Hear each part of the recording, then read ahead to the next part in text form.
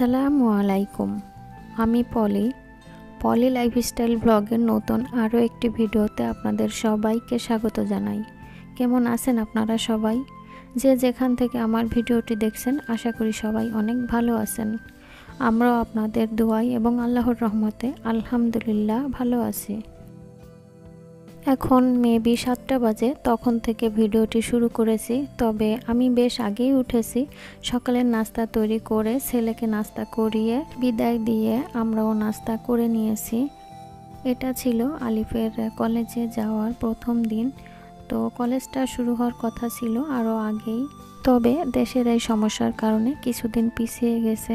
সবাই আলিফের জন্য দোয়া করবেন, আল্লাহ যেন তাকে নেক হায়াত দান করেন এবং সর্বদা সবসময় ঈমানের সাথে থেকে তাকে সুন্দর একটা পরিপূর্ণ জীবন গড়ে তোলার তৌফিক দান করেন, আমিন।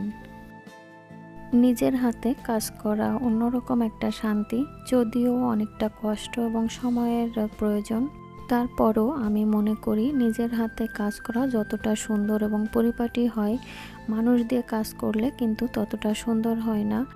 এই কথাটা বলার কারণ হচ্ছে, আমরা যখন হেল্পিং হ্যান্ড দিয়ে কাজ করিয়ে থাকি তখন দেখা যায় আমাদের যে কাজটা 1 ঘন্টা লাগে তাদের 2টা কাজ 1 ঘন্টায় হয়ে যায়। যেমন ঘর ঝাড়ু দেওয়া, ঘর মোছা, ওদের 1 ঘন্টার ভিতর হয়ে যায়, কিন্তু আমাদের দেখা যায় একটা ঘর ঝাড়ু দিতে গেলেই 1 ঘন্টা সময় লেগে যায়। কারণটা হচ্ছে ঘরের যে চিপা জায়গাগুলো থাকে সেগুলা ওরা মোছা তো দূরের কথা, ভালো করে ঝাড়টা পর্যন্তও দেয় না। কারণ ওরা হচ্ছে অনেকটা বিজি থাকে যে এক বাসার কাজ শেষ করে অন্য একটা বাসায় তাড়াতাড়ি কাজে যাবে। এই তাড়ার কারণে ওরা কাজগুলো আরও বেশি দ্রুত করে, যার কারণে কাজগুলো সুন্দর হয় না।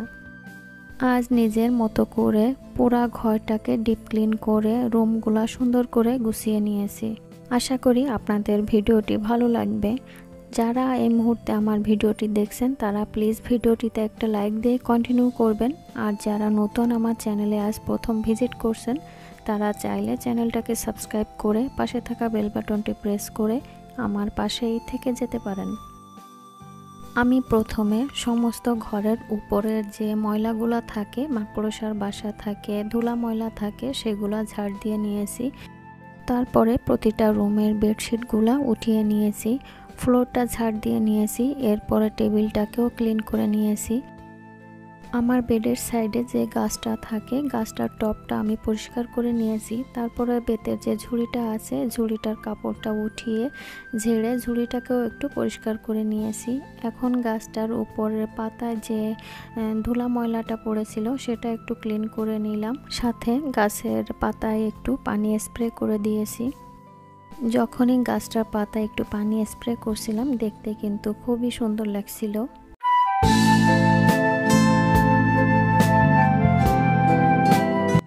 ঘরটার উপর দিয়ে যেহেতু ছোটোখাটো একটা যুদ্ধ চালিয়েছি, তো এমন অবস্থায় পুরো ঘরটাই ধুলা ধুলা হয়ে আছে। যতই ঝাড় দিই না কেন, না মুছলে থাকাই যাবে না।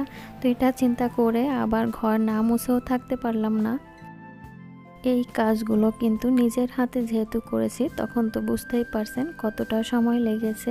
এটা চিন্তা করে ঝটপট রান্নার চিন্তা করছি যে ভর্তা করব আর ডাল রান্না করব। তো ডালটাকে বসিয়ে দিয়েছি আর চিংড়ি শুটকি ভর্তা করব। চিংড়িগুলো আমি একটু ফ্রাই প্যানে টেলে নিয়েছি, সাথে এখানে কিছুটা সরিষা নিয়েছি আর কাঁচামরিচ আর রসুন কুচি করে রেখেছি। রান্নার চিন্তাটা যতই ঝটপট বলি, ঝটপট করতে চাই না কেন, অতটা ঝটপট কিন্তু কোনো রান্নাই হয় না। ডালটা শুধু যদি মাখিয়ে বসানো হয় তাহলে কিন্তু ঝটপট হয়ে যায়, কিন্তু এই যে ভর্তা বলছিলাম ঝটপট, যে ভর্তায়ও কিন্তু বেশ কষ্ট। এই যে বাটাবাটি করতে গেলেও কিন্তু অনেকটা সময় লেগে যায়। আর চিন্তা করছিলাম যে আমরা তো যে কোনো একটা কিছুতে খেতে পারবো, কিন্তু এই যে বাচ্চাদের নিয়ে খাওয়ার যে টেনশনটা এটা তো থাকেই। তো ওদের চিন্তা করেই হচ্ছে ডালটা বসিয়েছি, যে ডাল রান্না করব, সাথে ডিম দিলেই এটা দিয়ে খেতে পারবে। আর ভর্তাও খাবে, শুটকি ভর্তাটা পছন্দ করে, চিংড়ি শুটকি। ভর্তাটা করার জন্য আমি চিংড়িগুলা ভেজে নেওয়ার আগেই হচ্ছে কিছু শুকনো মরিচ ভেজে চুলার পাশে রেখে দিয়েছিলাম। তারপরে চিংড়িগুলাকে বেটে উঠিয়ে রেখেছি। উঠিয়ে রাখার পরে যে সরিষাগুলো আমি ধুয়ে পানি ঝরিয়ে নিয়েছি সেই সরিষাগুলো একটু বেটে তার ভিতরে শুকনো মরিচ, কাঁচা পেঁয়াজ এবং রসুন কুচি দিয়ে ভালো করে বেটে নেওয়ার পরে চিংড়ি মাছগুলো ওর সঙ্গে দিয়ে আবারও একটু বেটে মিশিয়ে নিয়েছি।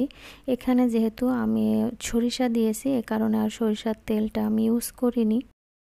দুপুরে যেহেতু হালকা খাবার দিয়েই কাটিয়েছি, তো বিকালে কিছুটা সময় রেস্ট করেছিলাম, সন্ধ্যায় একটু কফি বানিয়েছিলাম, তো সেটা আর শেয়ার করিনি। তো রাতের খাবারটাও তো খেতে হবে, এটা চিন্তা করে ভাবছিলাম যে দুপুরে তো হালকা পাতলা খাবার খেয়েছি, রাত্রে তো এখনও কিছু করতে ইচ্ছা করছিল না। তো চিন্তা করলাম এখনও একটু ভর্তা করে নিই।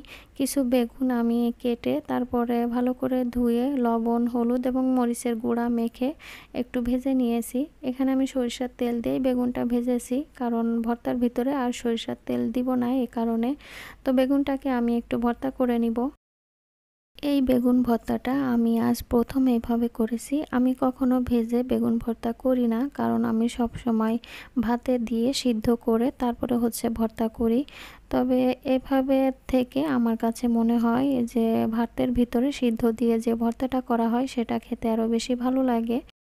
সবাই জানি যে কোনোভাবে ভর্তা করতে পারে, তবে আমার রুচি এবং চাহিদা অন্যরকম হতে পারে, কারোর সাথে নাও মিলতে পারে, সবার রুচি এবং চাহিদা এক না। তো যার কাছে যেটা ভালো লাগে আর কি। ধুলা ময়লাটা ঝাড়ার পরে সব রুমের বেডশিটগুলো উঠিয়ে নিয়েছিলাম, আর প্রতিটা ফার্নিচারও একটু মুছে নিয়েছি। আর এখন রাত্রেবেলা সব কাজ শেষ করে প্রতিটা রুমের বেডশিটগুলো বিছিয়ে নিচ্ছি। বেডশিটগুলো বিছিয়ে দেওয়ার পরে আমি একটু ঝাড়ু দিয়েও ঝেড়ে নিয়েছি। ঝাড়ু দিয়ে ঝাড়লে হয় কি, বিছনাটা সোজা থাকে, টান টান থাকে, দেখতে ভালো লাগে।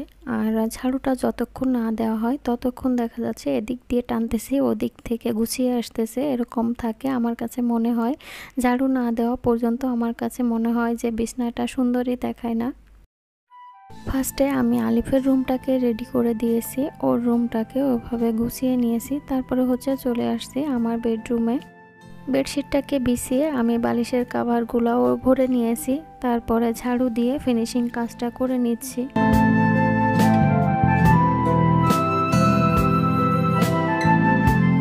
আমরা সবাই নতুন পথের যাত্রী, সবাই এখন অপেক্ষায় সুন্দর একটা দেশ গঠনে।